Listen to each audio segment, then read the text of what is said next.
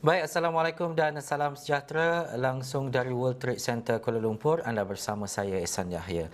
Baik, kita ke perkembangan waktu ini berkaitan dengan beberapa berita penting, terutamanya berkaitan dengan institusi mahkamah dan juga kehakiman.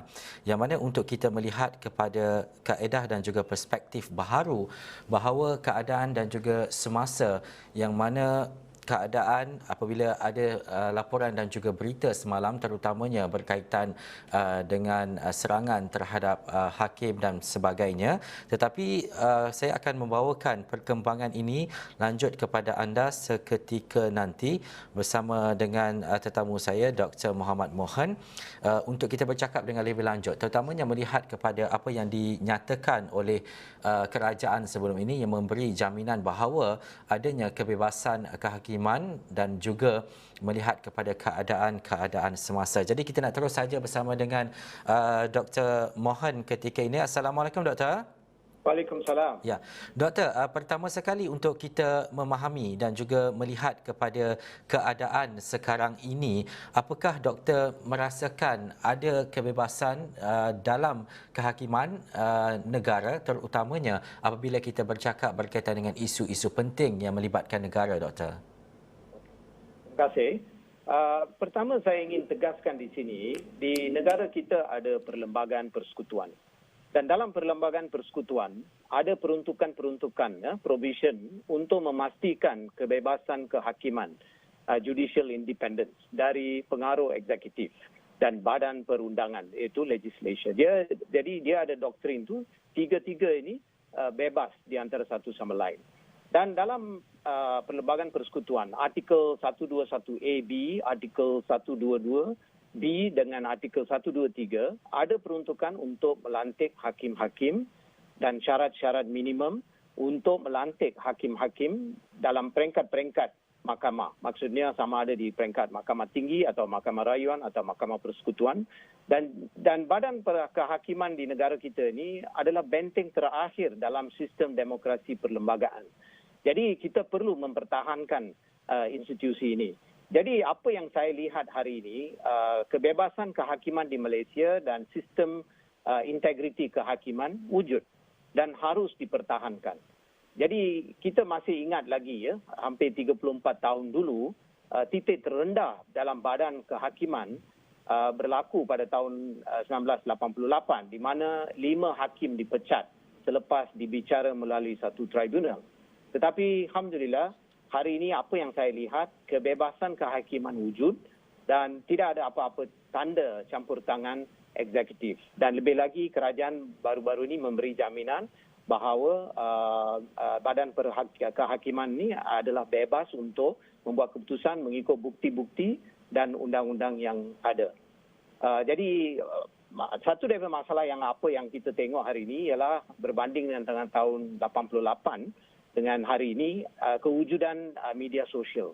Jadi siapa-siapa bebas untuk menulis dalam sosial media termasuk kritikan-kritikan ataupun buat serangan-serangan kepada keputusan hakim bila keputusan-keputusan terutamanya tidak memihak kepada mereka. Jadi apa yang saya yakin di sini ialah isu-isu ini tidak akan mempengaruhi keputusan yang dibuat oleh hakim-hakim dan mereka bebas untuk membuat keputusan yang adil mengikut undang-undang dan bukti-bukti yang ada. Dan seperti yang saya nyatakan di awal tadi berkaitan dengan kerajaan memberi jaminan bahawa kebebasan badan kehakiman dan juga legislatif di negara ini akan terus dipelihara, dan sebenarnya jaminan itu diberikan bagi mengelak konflik antara kedua-dua badan tertinggi yang menjadi tiang seri kepada sistem demokrasi berparlimen dan raja berperlembagaan di Malaysia selain eksekutif. Menurut doktor, adakah konsep pengasingan kuasa yang diamalkan ketika ini di Malaysia memuaskan atau sebaliknya, doktor? Saya rasa dari sudut badan perhakiman, walaupun perlantikan hakim-hakim, terutama sekali ketua hakim negara, yang perlantikan dibuat oleh yang di-Pertuan Agong atas nasihat Perdana Menteri, tetapi saya rasa sampai setakat ini apa yang kita lihat di sini ialah pengasingan kuasa itu wujud.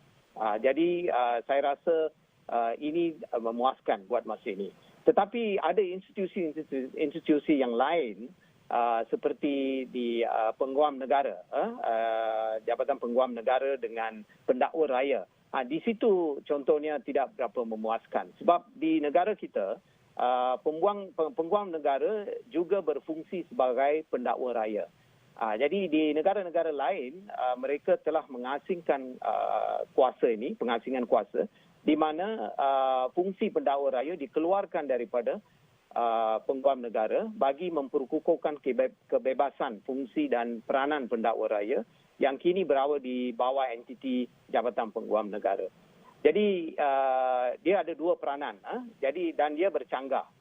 Jadi sebagai seorang pendakwa raya, dia perlu dihendaki bertindak secara bebas dan tidak berat sebelah, dan bertindak sebagai penjaga kepentingan awam tanpa pertimbangan politik. Jadi Penguam Negara kini berada dalam kedudukan yang bercanggah, di mana dengan kepentingan tidak dapat dielakkan, dan apabila kepentingan kerajaan mungkin tidak sepenuhnya bersesuaian dengan kepentingan awam.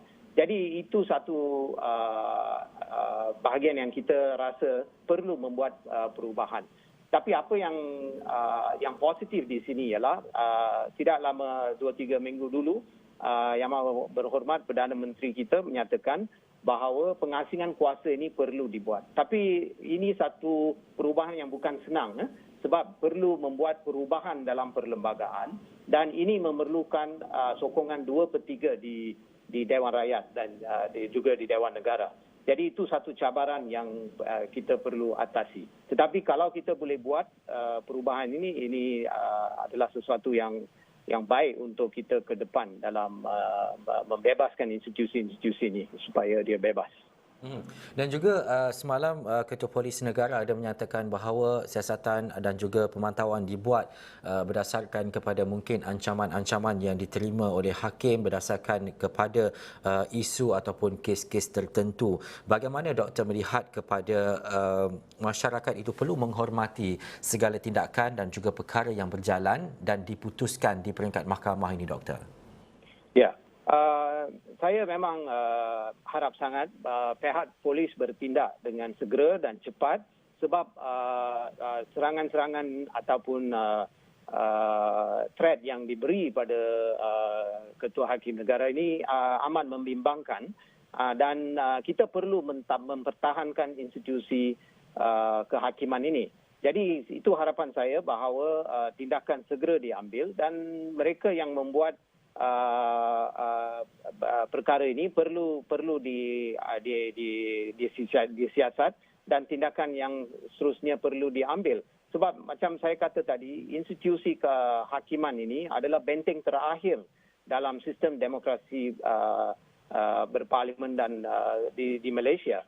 Jadi amat penting untuk kita mempertahankan institusi ini. Dan saya juga ingin menyuruh seluruh rakyat untuk perhatikan isu-isu seperti ini, dan kita perlu mempertahankan institusi ini. Ini amat penting.